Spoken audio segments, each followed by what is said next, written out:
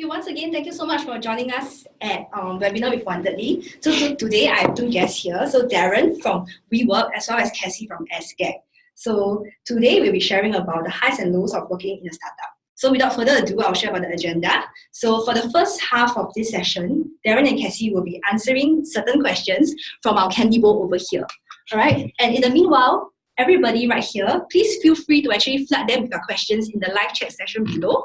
So right after this half an hour, Daren and Cassie will actually be answering your questions. So please feel free to ask as many questions as you want, and we will be actually recording them in the meanwhile. And right after that, after Daren and Cassie actually answers your question, we will be announcing the $20 Grab credits winner. Okay, so without further ado, let us welcome Daren to introduce himself. Hi. Hey, I'm Daren. I guess I'm the marketing director for WeWork for Southeast Asia. Yeah, and I guess I'm here because, well, before that, I was part of a small startup called SpaceMart. SpaceMart was a co-working space. We had one space in Claymore and Orchard, and then so we did that, built a couple of spaces, one in Jakarta, one in Science Park. We got acquired by WeWork, so down here we are part of this like huge machine, which is really just a huge startup. So yeah, that's why I'm here, I guess. So I saw a company from day one. It was just me, a few of us around the table like this, trying to figure out how do we build a co-working space, how do we sell desks, and all the way to now where we are building spaces. We have 15, 20 spaces in Southeast Asia. And my job is to market the spaces and obviously to sell desks and to build community around Southeast Asia. So yeah, so now it's kind of the resources is really lucky, we can travel a little more to work. Previously in SpaceMart, we're like, oh yeah, save $10 here and there, don't take so many taxis and stuff like that. So yeah, essentially I guess that's me. Ooh.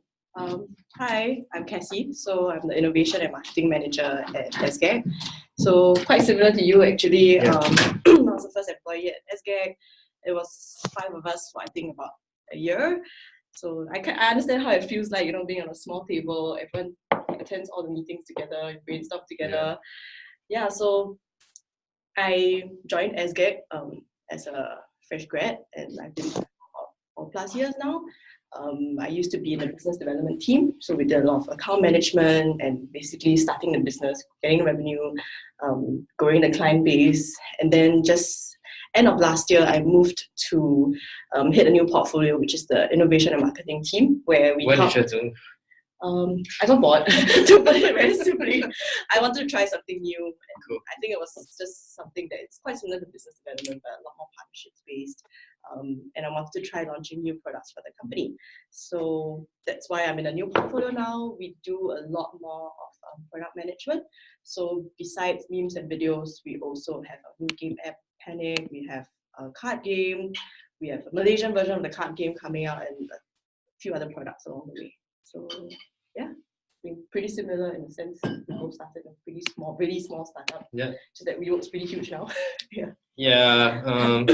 Yeah, I don't know. I really miss being a small company, to be honest. I miss it a lot. Yeah. Too.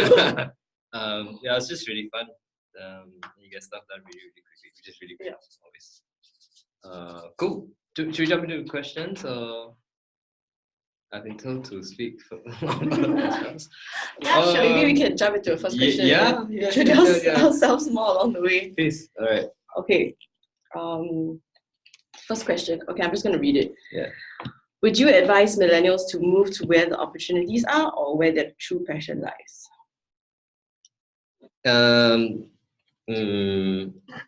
I think the answer is neither. You want to show them the answers? All right, sorry guys. Questions. Just read the first part. Yeah. Can you do it? It's inverse. It's okay. I hope you heard me. I'll repeat.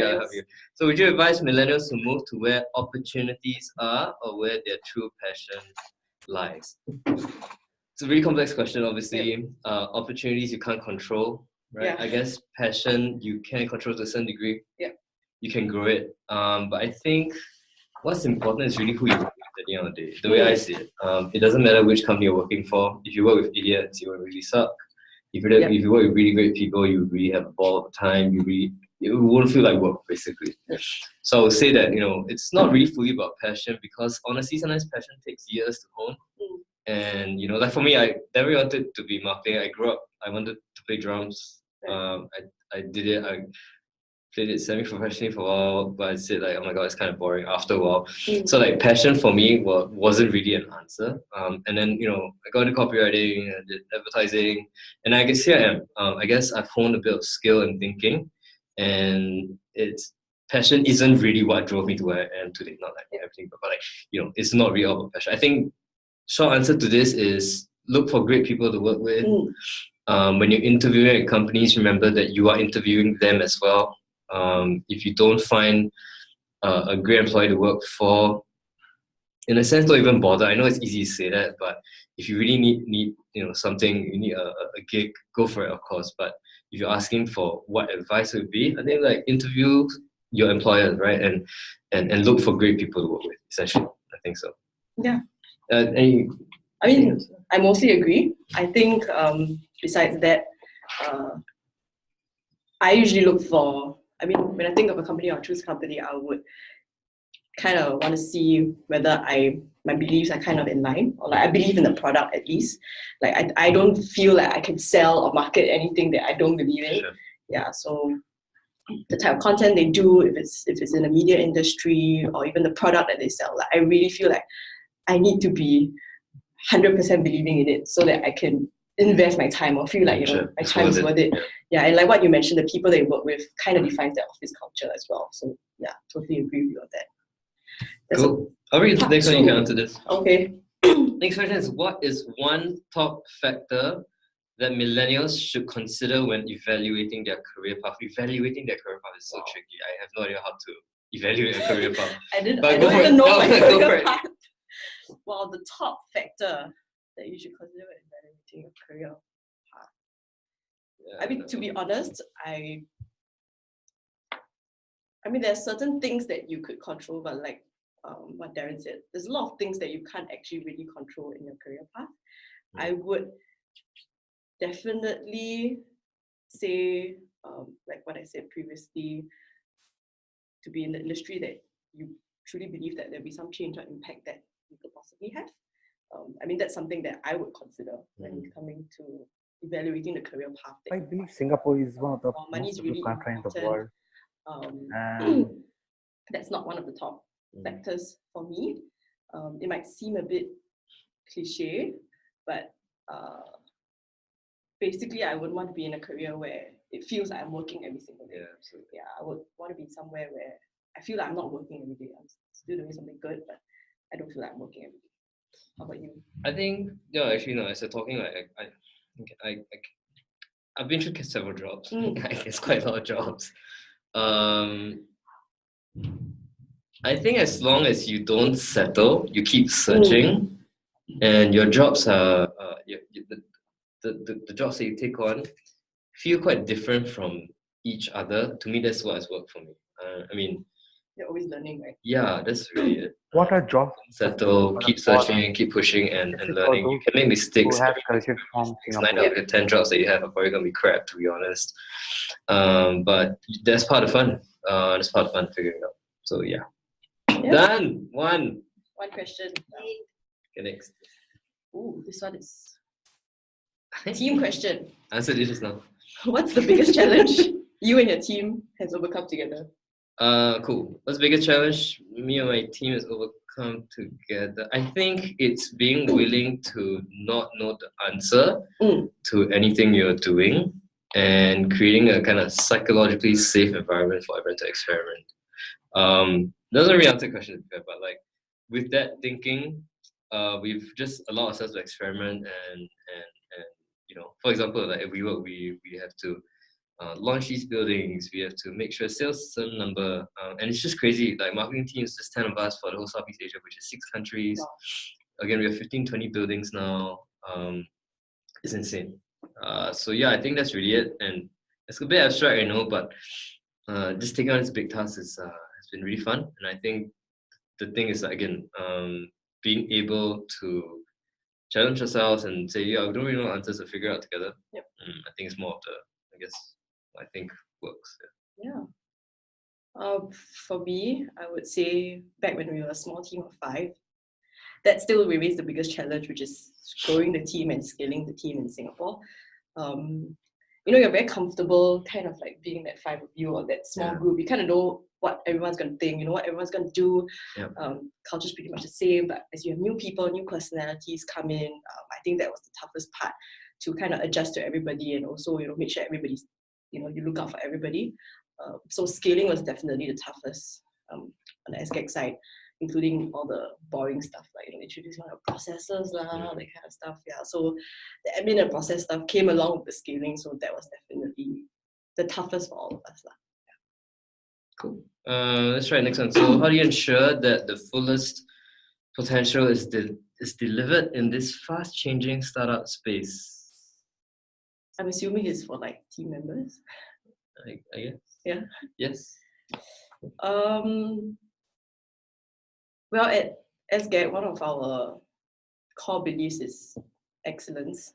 It's very cliche, but I think we always strive out to whatever that we do, every piece of content that we do, or every marketing campaign that we launch. We always try and push the creative boundary quite a bit. And I think the whole idea is that our whole company likes to stay uncomfortable. It's actually one of our core beliefs. It's a very weird word, but our core belief is actually to be uncomfortable. And I really like that word. That was actually my co-founder came out with it. And I really like it because I think, especially in the startup space, there's actually no way that you could be comfortable at where you're at. Like if one day you're kind of doing the same thing as you did before, and you're kind of doing something wrong. Because to me, I feel like it's always changing. You always gotta feel uncomfortable. And I think that's kind of like the best way to push a team. Is really to make them feel like every day something's gonna change and there's always something that you have to improve on or do better or break a boundary and go crazy. Yeah. I think for me, I think potential to me is achieved just through like pure and raw hard work. I know it sounds really old school, but I think it's just because again at WeWork we have these redonkulous goals. There's just no real way to outsmart the system, I guess, to hit the goals, except to just really work really hard and work harder than next company or next competitor. And so we always talk about the grind, and it's just about doing a lot of stuff, figuring it out, executing, and not over planning. And that kind of mentality, forces you to hone the technique, hone a way of thinking not through kind of armchair philosophy, but through kind of hands-on, getting stuff, working on it, figuring it out. So yeah, keep things execution level, and yeah, I think that to me, I guess, brings a lot of potential. Yeah, definitely. Cool. Question 3. If you were to look back to when you first joined the industry, in what ways have you grown? In what way have you grown, or in what ways have you grown What industry? For you would be. I think the funny answer is I don't really industry. Right? I mean, SGAG was kind of my first job. Before that, I had internships in agencies and things like that. But I think, especially when it's your first job, when I first came in, I was definitely probably not as confident as I was. I am now, in terms of making sound decisions. When you first come in, you're kind of green, especially because you're a startup. Any decision that you make, especially in a small team, kind of has a much bigger ripple effect as compared to being in a huge company where you can make a small decision and maybe it won't affect as many people, I would say. But back when we first started, every key decision that we made, every key hire that we made subsequently was really important, because that helps shape the company culture, that shapes the product, and revenue that we're driving, how clients view us. So yeah, I think definitely the one way I've grown is definitely confidence in decision making, as well as probably soft skills in negotiating, and a lot more of the soft skills are things that they don't really teach in school. I think startup definitely teaches you a lot of that. Yeah. Cool. I think for me, I think just zooming into ways you've grown, I guess, since we've kind of started this journey. Yeah, I never imagined, I never asked, I never even interviewed, even for a job at Space Mob. I helped out. I started working for tea for free because I was bored. Because I left my previous job to finish writing my book, and then I said, "Yo, I'll help you out a couple of months, whatever." And then yeah, that turned into a full-time gig, which again wasn't paid much at the start, and then that rolled out all the way to what we are today. I think with that in mind, it's really changed the way I see jobs, labor, salaries, and stuff like that. That I really, really want to deliver value, whatever that means, right? Whether it's just as a job or building a company that really delivers true value to people, which is what we're doing now. Yeah, that to me has become more important than normal day job corporate stuff, which is what it used to be for me. Right. Awesome. Let me do the next one. Let's just Sure. Even more exciting. Yeah. Okay, no, it's not really working. Just flip it. Yeah, Go for it. Okay, this is good one, I think. What's the best piece of advice you've received in your journey so far that you would like to pass on to those looking to join WeWork and SGAG? Go for it. No, I read the question. I need to think a bit about this. Okay, let me try.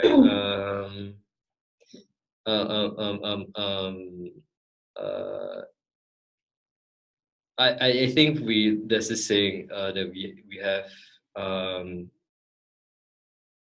get the work done first and apologize later. So I think with the same mindset, that would really, really help you get really far, especially at work. Sometimes we're too careful or we overplan or we want to piss people off.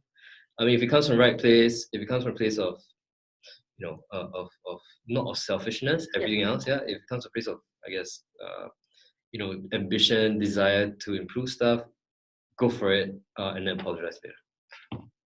It's a good one. I do that all the time. Yeah.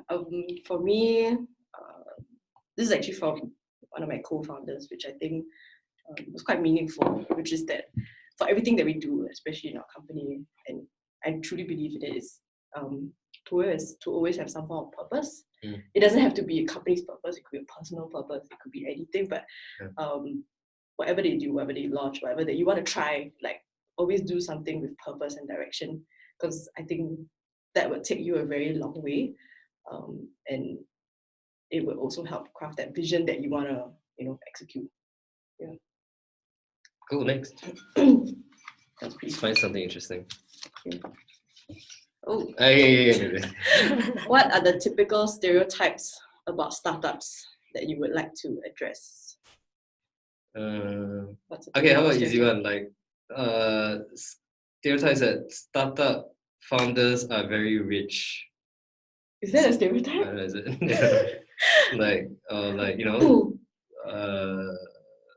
Yeah, they're not. Full stop. I didn't even know that was a stereotype. Let's keep it like this. So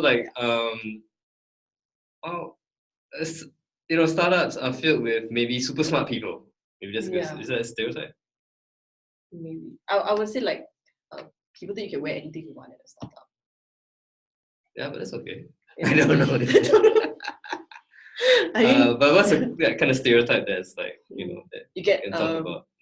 Very nice flexible hours.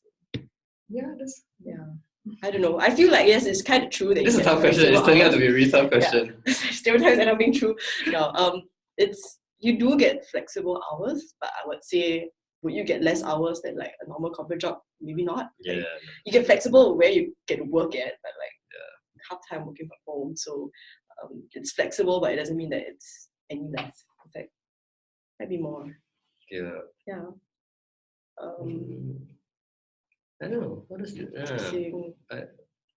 I don't know what startup means anymore. Or like very cool, like always in very nice offices, very cool. Yeah, offices. No, obviously no. Except if you announce your WeWork. But yeah, no. I think WeWork's very nice. You should definitely see it. The SGAG's office is pretty nice. For 2 floors, but we don't have like any cool slides or anything. Like it still looks quite corporate. Okay, I guess that's all. That's tough. Next. Maybe you guys can write in the chat what you think are the stereotypes that we can try and debunk it. That's good. What keeps you going in your company? I would say the fact that everybody in the company has the same vision of entertaining Singaporeans, entertaining Malaysians and Filipinos. Yeah, I like the idea of everyone working towards the same vision and, you know, really truly believing in what the company does and really putting in that effort to make our memes and our videos and our content really work. So yeah, that keeps me going in the company. Yeah, it's quite the same at WeWork too. I mean, we want to create a place where people create a life, not just a living, to help people do what they love. And I think the company really, really tries its best to do that, and that's really meaningful for us, for sure. Question, what aspects of your journey makes it all worthwhile?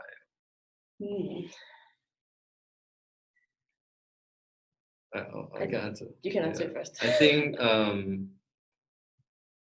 think I really like pain. Working at the startup is really painful. Like, I really speak with some level of experience in having done corporate jobs before and having done like kind of cushy regional jobs where, you know, you just show your PowerPoints to everyone laughs and smiles and nothing gets done. And then you just do this for the couple of years. Startup life is not startup life, but, you know, if you're joining a new industry, you're doing something new, something interesting. The more interesting it is, the more it hurts, essentially. And I think that really helps me grow in a really accelerated pace. You know, looking back a couple of years ago, I never thought I would actually be a team of people. I'll never be part of like a growing company. I'll never be in a company that was actually acquired by an even larger company. These are all just stuff that I probably would never experience in my life again. So yeah, I mean, it makes me really grateful. But that takes a lot of hard work, and that hard work really makes it worthwhile for me. Yeah, I think what you mentioned about hard work, definitely seeing hard work pay off feels great. Especially when for us, I mean, we get to see numbers and how people react, and when people message us or tell us like, oh, they really love the new products, they love the new card game, they love the new app, it taught them so many different trivia they didn't know about Singapore. You never thought that people would actually camp and, you know, really look forward to something that you have launched, and that makes the whole journey really worthwhile. The fact that you're impacting a few people or even tens of hundreds of people just makes me feel really happy. Yeah. All right, we have three more. Three more. Three more. All right, share with us your most memorable interview experience and how this particular candidate won your team's. I don't even know. I can remember like the most recent one, which was my newest intern. I would say how we won our team's heart. Usually at interviews, I like to ask like scary scenario questions. Oh, that's good. Yeah, just like freak them out a little bit, and like, you know, like what happens if this happens? What happens if, like, you know, this mall's like wall collapses and something breaks? You know, what are you gonna do with this event? How are you gonna do it? So like, I like to see them struggle a little bit and see how they kind of react on the spot. I don't really give them much time to think. So yeah, the latest intern that I hired did it really well because she managed to like systematically come up with solutions on how to prevent Plaza Sing from flooding. Yeah, we just give her a terrible scenario. But yeah, I like interviewees that think very quick on their feet and come up with crazy ideas. That works.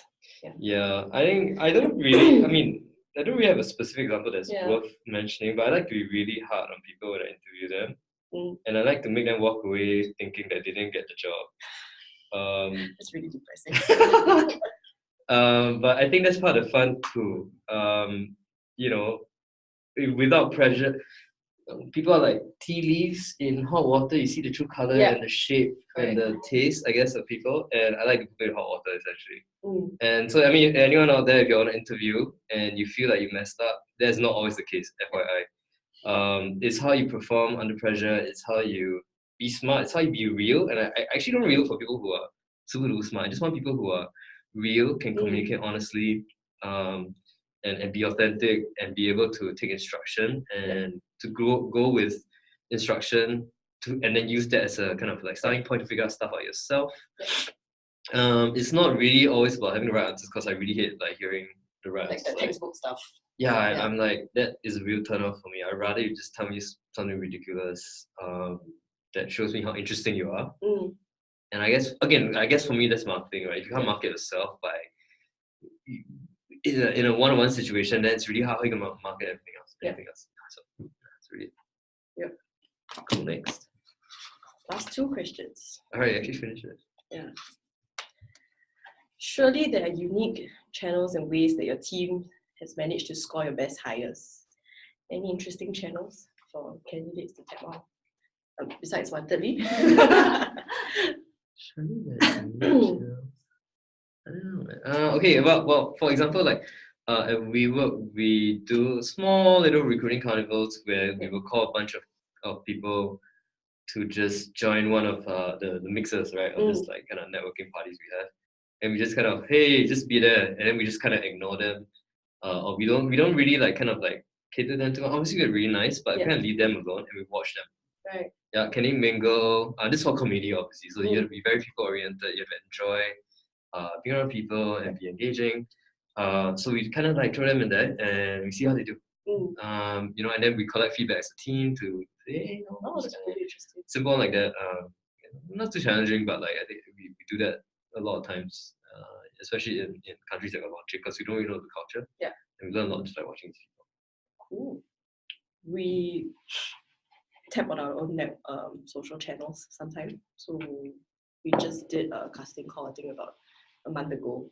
So besides using channels like Wantedly, we like to appeal to like the masses. So a lot of our cast members and actually a lot of our creatives came from totally random backgrounds. Like I think one of them used to be a personal trainer. Some are fresh grads who totally did not study anything related to marketing. Some come in just because they wrote really, really crazy memes through our emails. So yeah, we have like meme challenges that they have to go through. So like you guys have mixer challenges, they have like they have to go through like a proper meme challenge and like make a ton of memes for us, and then we'll see if we laugh, then they kind of make it to the interview round. That's so hard, man. So usually we tap on our channel or we see what memes are out there or get them to make memes. All right, last one. Last one. Okay, I will read it. Okay. What are the key characteristics that stand out to you when you're hiring or interviewing a candidate for your own team? I think for me, being able to, at least for us, being able to be comfortable with uncertainty. Sometimes there's one interview I think I did, not recall. Like, I just literally sat there and I didn't say anything. So did he or she have to like fill the silence? Yeah, it's really uncomfortable. But in general, when I'm prodding and pressuring candidates, I really just want to see like them. I want to see them thinking. I want to see them like struggling almost, and seeing them coming out with something that is they deserve to expect. To be honest, a lot of times. The inventiveness, I guess, willingness to be to look at things without any answer, and just what.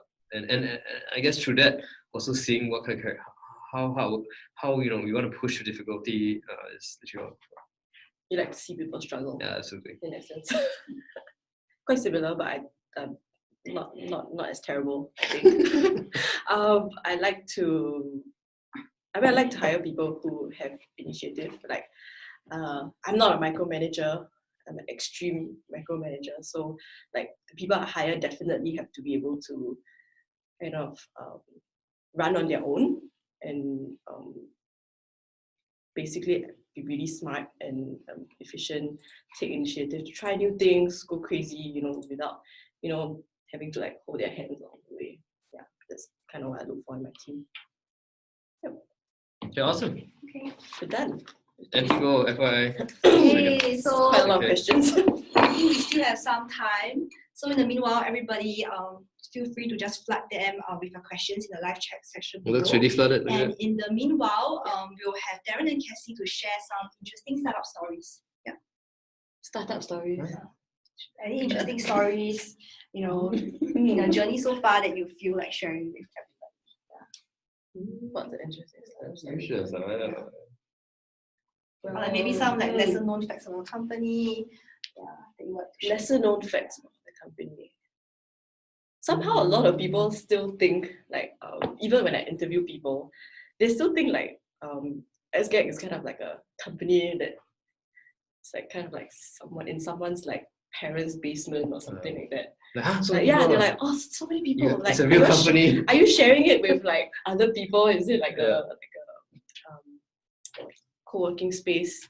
Yeah. So yeah, a lot of people still think that we are like 2 or 3 people, hiding our parents' basements making memes. So yeah, that's from then on I know how to easily filter out the people who did do their research.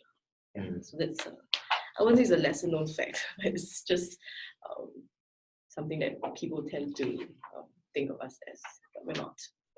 Yeah. I don't really have interesting story. Yeah, no, not very interesting. I think just as we mentioned something I talked about earlier. I think for me personally, when I tell people, hey, I didn't really interview to get any to get this WeWork job or the SpaceOne job, people get really surprised. Right. Yeah, and then I tell people I kind of work for free, like almost, and just like for how long? A couple of months, yeah. Wow. And digital schools are helping out a friend. That's really it. And yeah, I guess that was fun. That's really genuine. And I think it's just one small story. I guess. Yeah. Anything else? Everything else kind of like typical life. Typical startup life. Yeah, life is tough. We were in a really small company. Small office back at like Oxley Biz Hub. Just maybe like Oxley, that's a Oxley Biz Hub. crappy location. We're still at Tai Seng, but we moved to a bigger space. So I still remember we were about to leave, and we were going to move to our new office at Playfair Road, and I think one of the aircons broke down or something. So because you're not in like a nice office like WeWork, where people fix your aircons and things like that, we had to hire like a forklift to like literally drive through the middle of our office. Yeah. But we had a lot of fun because like we all learned how to like use the forklift, and it goes up, down. We all took photos on the forklift, like some construction themed photo shoot. But yeah, I guess one thing that's quite interesting is basically we DIY'd everything in our office. Yeah, no, that's right. Like early days in SpaceOne, we were building our own tables. Yeah, I remember. I don't know, man. I was buying a lot of groceries somehow. Like, I don't Red Mart orders. Yeah, I don't do that at home. Like seriously. It's like your own house with like people that you see for like 8 to 10 hours a day. Absolutely. So yeah. Like a small house. It's vicious at that. That's all the stories that we have. I don't really. Yeah. So thank you so much, Cassie and Daren, for sharing your stories. Sure. So I think in about a minute's time, we will actually proceed with the questions that you guys have asked Cassie and Daren. So this will be one last call for you guys to actually ask as many questions as you want. And just in a while, Cassie and Daren will answer your questions.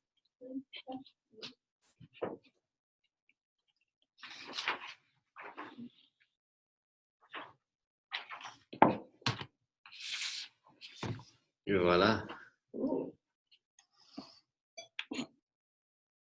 All right. To do the ones and yeah. Let's look for it.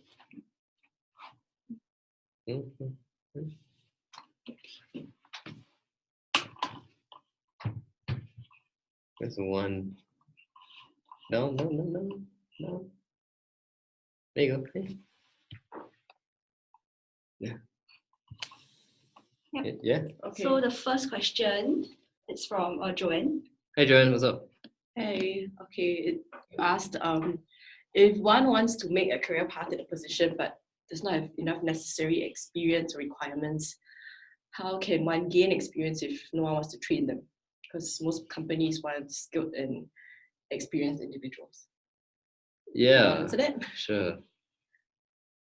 Well, let's just be fair. I mean, from a business perspective, at the end of the day, the company needs to make money, and then to pay people, and then so they can do a certain thing. Yeah. It's quite simple. If obviously you need to figure out how to get the experience before you get the job, and before it's a paid position, obviously. So I guess if there's freelance stuff you can take on, project stuff you can take on. I just talk about my example, right? Like I never asked to be in this position. I was really fortunate, but I willingly just volunteered my help for a friend who was working at SpaceOne. I said, yo, I'm gonna help you out. I know how to do these couple of things, and let's try it. I said, don't worry about the money, just whatever, I'll help you out for a couple of months. And that's, I guess, literally how I kind of landed this gig now. And I think that's the same answer to your question too. Just be willing to try. And yeah, be open and just be level-headed and say, yo, I know I don't have the experience to do this, but I want to try this stuff. Don't worry about it, maybe give me a test project to work on. Hello guys, you Sure, guys are really awesome, it's very mature when you approach it like that. listening to you. Could start with internships. Like we did have some people with totally different backgrounds. But if it's like really weird, want to try. if it's like weird positions, because you have probably a lot of unique roles. Yeah, How but do you yeah, do if it's that? something that's very industry or like Yeah. I think what you said about just really getting as much experience out there through freelance, helping friends, helping whoever, definitely helps if you're not able to take an internship. Like money shouldn't be any You're right, consideration. Actually, that's a good point. So I think also being serious about your craft is quite important, especially if you're hiring creative people.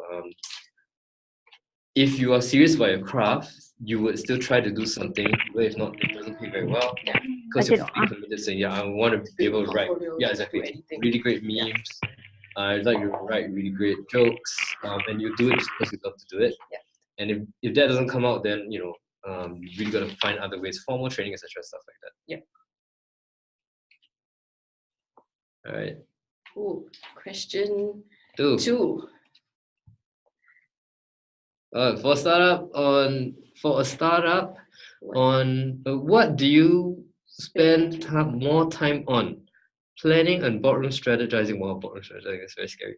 To get the most perfect plan, or executing a specific and learning via trial. Okay, so in short, let me paraphrase. For startup, do you spend more time on planning and strategizing, or do you spend more time on planning and execution? Definitely execution. 100%. Yeah. Easy. Because I'm usually a startup, like you never know until you try. Yeah. I definitely feel like you can plan all you want. Like we have done so much planning, for example, for like marketing campaigns. And then when you try one thing and you see the way people react, you just throw everything out the window and you start all over again. And when I was like, why am I spending so much time in the meeting room planning something? Why do we bother? When you could just do, you could just try. But of course, try within reasonable means, not such that you're. Not to not plan, just don't over plan is what we're saying here. And be open to change because it's definitely going to happen. Same. So like my previous jobs, I used to have to do pre-planning meetings, and then you do the pre-planning meetings, and then you do the planning meetings.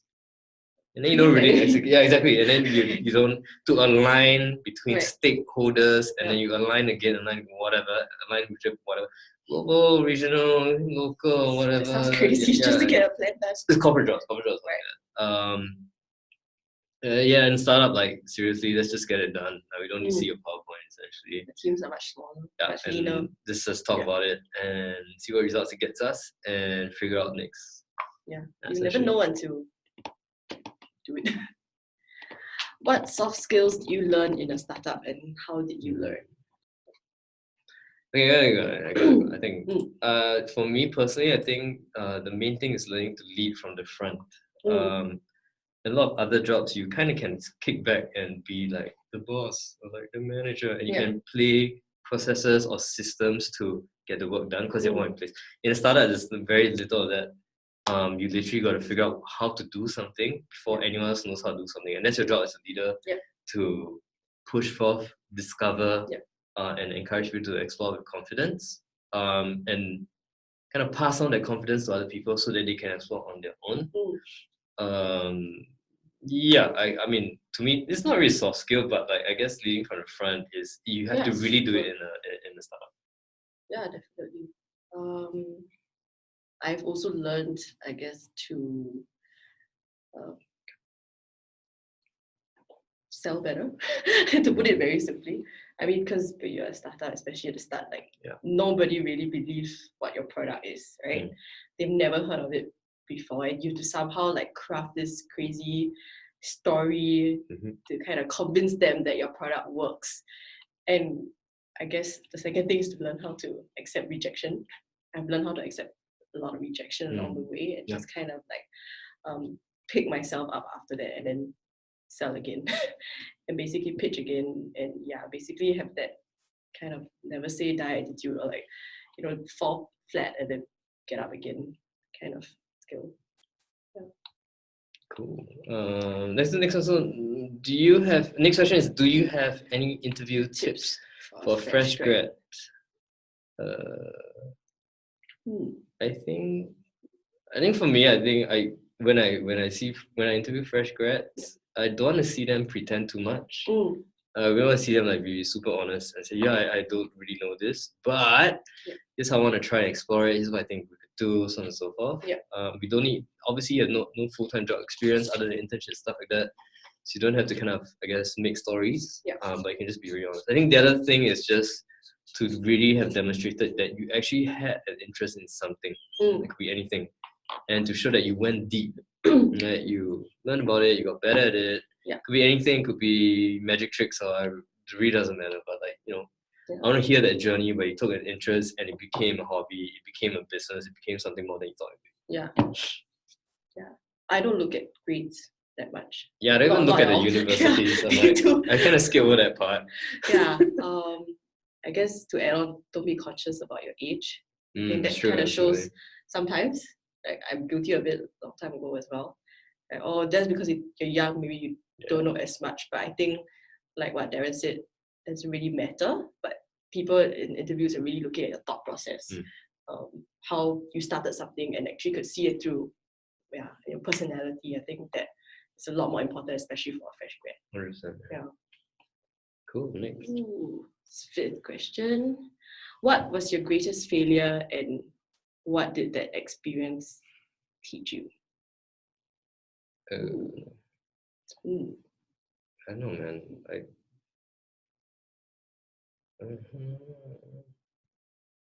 Greatest failure. I kind of have many small failures. Me too. Because I really haven't really done anything like super crazy.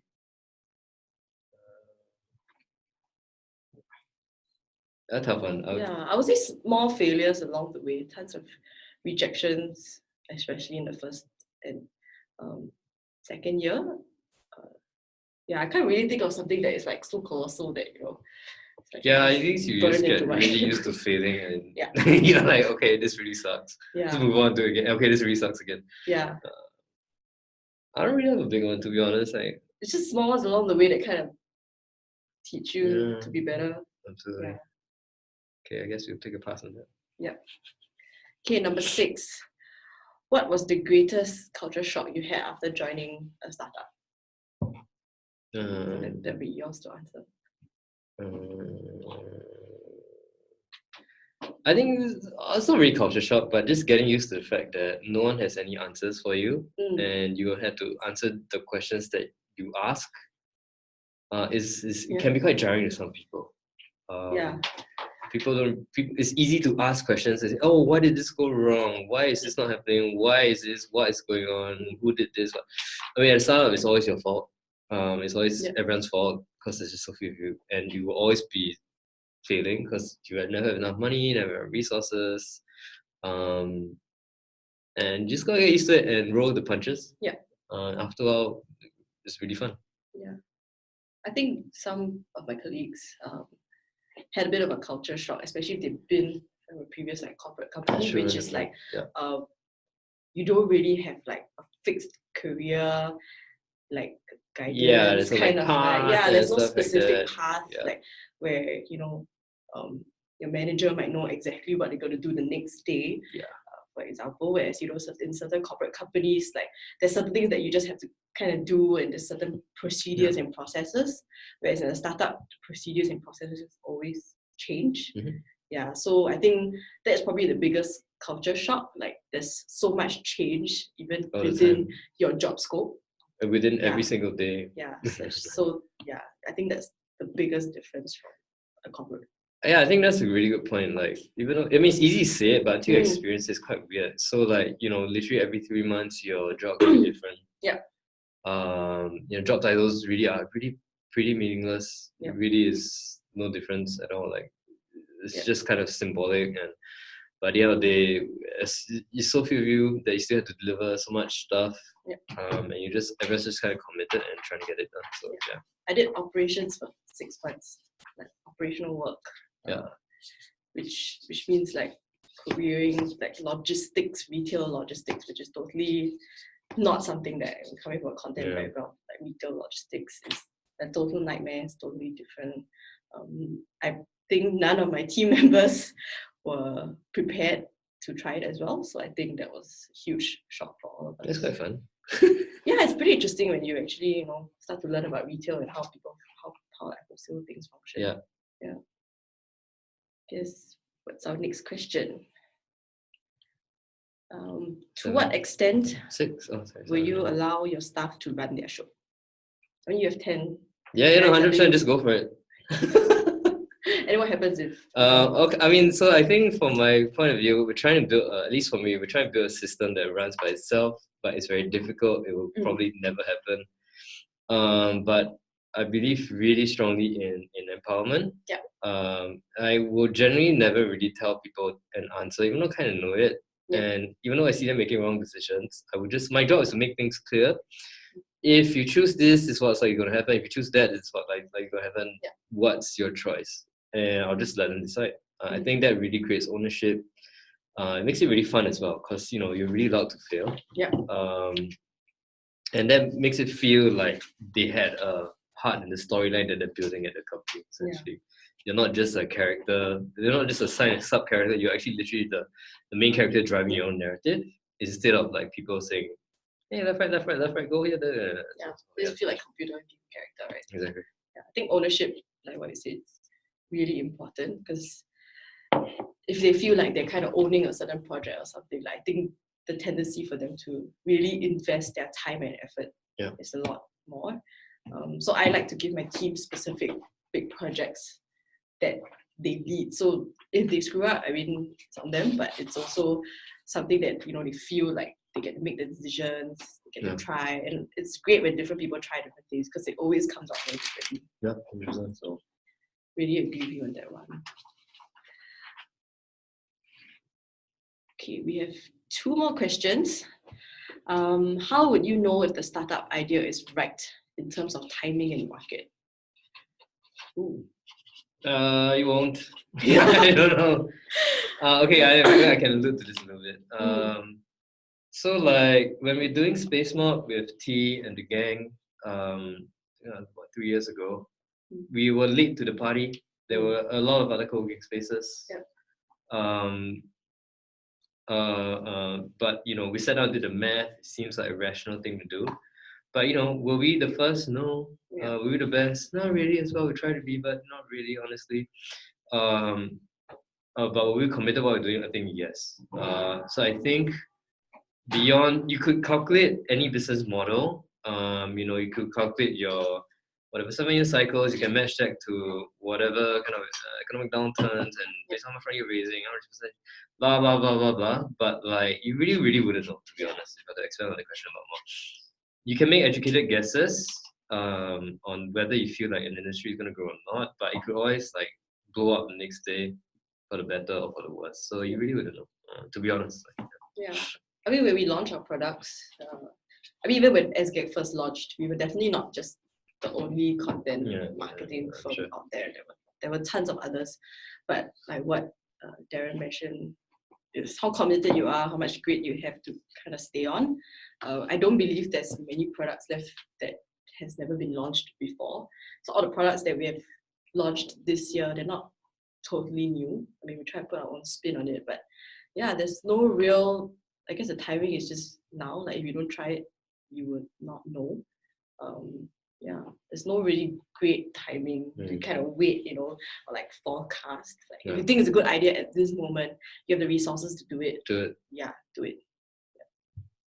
Cool. Number 9. Last one. Doing number 9, right? How can AI change?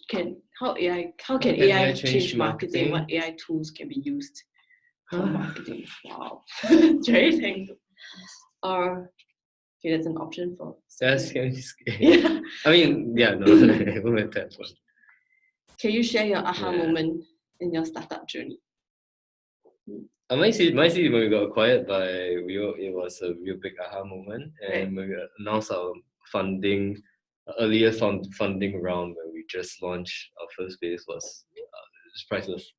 The feeling of redemption and like hard work paying off is literally just priceless. I don't think I can't even put words to it. It's just incredible, like super rare, and I'm so grateful to have experienced that once or twice in my life in this case.